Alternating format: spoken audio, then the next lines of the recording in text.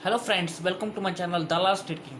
Channel को subscribe करना मत भूलिए। फिर से रिपीट करो, चैनल का नाम द लास्ट ट्रेड किंग और बेल आइकन को भी टैप करना मत भूलिए, क्योंकि डेली नोटिफिकेशन जो भी मल्टीबैगर स्टॉक्स या ट्रेडिंग स्टॉक्स में पोस्ट कर दो वहाँ पे आपको नोटिफिकेशन आनी चाहिए डेली। उसी वजह से आपको बेल आइकन टैप करना मत भूलिए। अभी जितने भी वीडियोस मैंने लेटेस्ट वीडियो जो डाले थे, स्पाइस जेट 14 अप्रैल को, इंडिगो एयरलाइंस डाला था मैंने 14 अप्रैल को। वहाँ पे मैंने कहा था कि ये 10 to 15% रिटर्न दे सकते हैं, और 16 अप्रैल को दोनों स्टॉक्स ने आपको अच्छे पैसे कमा के दिए। अभी जो लेटेस्ट मैंने 18 अप्रैल को डाला था कि जेट एयरवेज क्रैश हो, वहाँ पे लेवल्स बताए थे आपको, वो भी क्रैश हुआ था स्टॉक्स।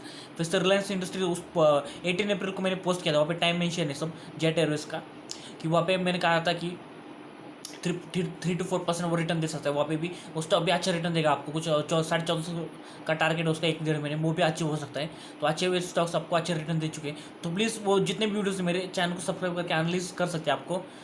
और मोबाइल नंबर है 9975706175। फिर से रिपीट करता हूँ, मोबाइल नंबर 9975706175। यहाँ पे मेरा एक पोजिशनल ग्रुप है, वहाँ पे आप व्हाट्सएप पे मुझे हाई भेज सकते हैं। वहाँ पे आपको डेली जो स्टॉक्स है आपको कैश मार्केट में जो लोग जॉब को जाते हैं, वहाँ पे आपको अच्छे स्टॉक्स दिए जाएंगे। वहाँ पे स्टॉप लॉस क्या लगाना चाहिए, टारगेट क्या जाना, कितनी इन्वेस्टमेंट करनी चाहिए हर ट्रेड में। यानी वहाँ पे जो पोजिशनल ग्रुप होता है, यहाँ पे बहुत लोगों ने लॉस किया। यहाँ पे पोजिशनल ग्रुप में जहाँ पे रिस्क बहुत कम होती है और प्रॉफिट भी कम होता है, उस हिसाब से लो रिस्क ये जो सेगमेंट है वो है। तो अभी आप मुझे व्हाट्सएप पे हाई भेजना मत भूलिए वहाँ पे, तो वहाँ पे आपको अच्छा फ़ायदा हो सकता है। आज का जो स्टॉक डिस्कस करने वाले उसके पहले आज की जो डेट है 21 अप्रैल 2019, और आज का जो स्टॉक है वो पेनी शेयर है स्टॉक, जिसका नाम है जेपी इंफ्राटेक शेयर्स। वहाँ पे इसकी जो करंट प्राइस चल रही है वो 2.25 चल रही है, 2.30 रुपीज़ आप पकड़ सकते हैं। अभी यहाँ पे चल रहा है कि कुछ सॉल्यूशंस बैंक्स और होम बायर्स के बीच में कुछ बातचीत चल रही है। अभी वहाँ पे दो बंदे इस रेस में जेपी इंफ्राटेक को टेक ओवर करने में, एक जो है एनबीसीसी कंपनी है, दूसरा जो है वो सुरक्षा सेट कंपनी है, जो दिलीप शांघवी की कंपनी है, दिलीप शांघवी के भाई जो है उनकी कंपनी है। ये दोनों रेस में है जेपी इंफ्राटेक को खरीदने की रेस में। अभी कंपनी की जो असेट्स है उसमें 20,000 करोड़ के असेट्स है, और जो ऊपर है उसमें, और जो डेट है कंपनी वो 10,000 करोड़ के लगभग डेट है। अभी यहाँ पे चल रहा है कि कमिटी ऑफ क्रेडिट जो है, अभी ये केस जो है आईबीसी में, यानी बैंकरप्सी कोर्ट में, बैंकरप्सी कोर्ट में केस में जो है स्टॉक्स जो जाता है वो स्टॉक के लिए नेगेटिव होता है। लेकिन यहाँ पे होम बायर का ये इस केस में होम बायर्स है, उसी वजह से होम बायर्स को वोटिंग का भी अधिकार है, उसी वजह से ये स्टॉक थोड़ा सा पॉजिटिव रिटर्न कुछ दिखा सकता है। क्यों दिखा सकता है उसके बारे में हम थोड़ा सा डिस्कस करने वाले, कि यहाँ पे कमिटी ऑफ क्रेडिटर्स जो है उन्होंने इन दोनों कंपनी का सोल्यूशन नहीं माने, इनको सोल्यूशन अच्छे नहीं लगे एनबीसीसी और सुरक्षा का। तो उसमें इनको फिर से टाइम दिया है कुछ, तो 26 अप्रैल तक कुछ टाइम दिया है कुछ तो सोल्यूशन ये करने को, और 6 मई तक सोल्यूशन कुछ नहीं निकला तो ये कंपनी लिक्विडेशन में जा सकती है। लिक्विडेशन का मतलब है कि इसके एसेट्स बेचेंगे तो स्टॉक कुछ क्रैश हो सकता है, फिर कौन से भी लेवल दिखा सकता है अगर ये कंपनी लिक्विडेशन में गई तो। अभी 23 मई तक इलेक्शन का टाइम है, मुझे लग रहा है कि ये स्टॉक्स वहाँ तक क्रैश नहीं हुआ, क्योंकि कुछ तो सोल्यूशन निकल जाएगा, क्योंकि होम बायर जो है उनके फ्लैट्स मिलने के चांसेस बहुत कम है।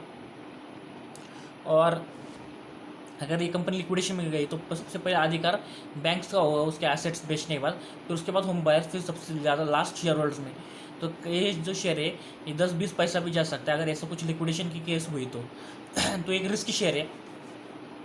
और दूसरी एक बात है कि यहाँ पे मुझे नहीं लग रहा है ऐसे लिक्विडेशन में जाएगी कंपनी, क्योंकि इलेक्शन से और मिडिल क्लास के फ्लैट्स है इसमें, तो इलेक्शन में इनको इम्पैक्ट हो सकता है, तो कुछ ना कुछ सोल्यूशन निकल सकता है।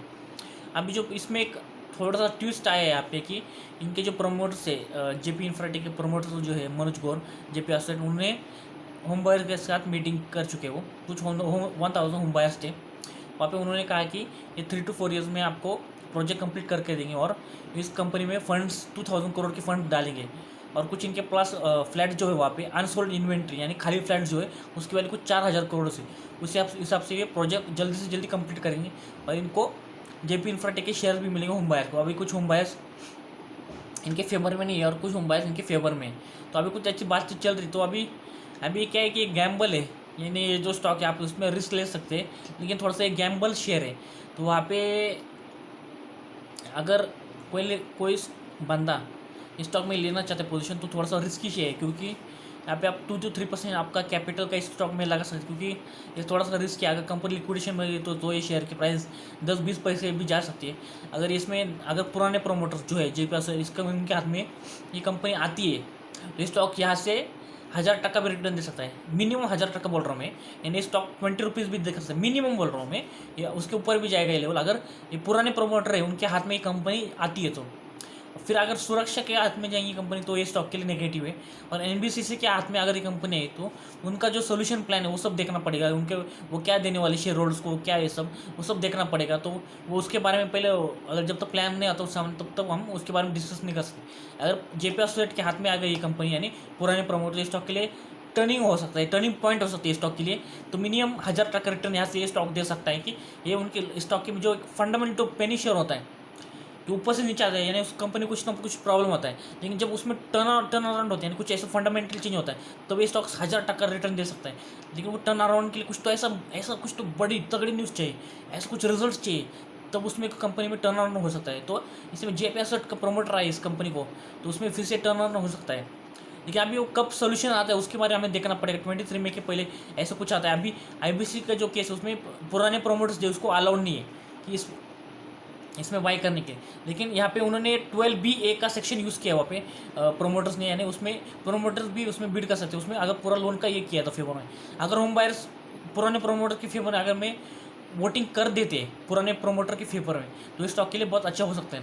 अभी कोई आधे बायर्स फेवर में नहीं और आधे बायर्स फेवर में उनके, और बैंक्स भी कोई बैंक्स जेपी के फेवर में है, यानी कि उनके प्रमोट, क्योंकि उनको कंपनी ये ज़्यादा मालूम है कि ये कंपनी कैसे चल सकती है और फ्यूचर इनका कैसा हो सकता है।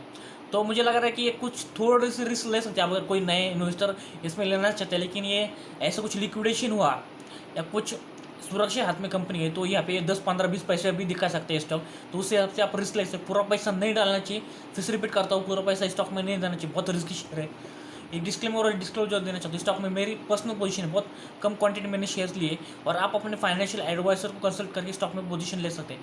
तो प्लीज़ मेरे चैनल को सब्सक्राइब करना मत भूलिए, व्हाट्सएप पे हाई भेजना मत भूलिए। Thank you for watching this video.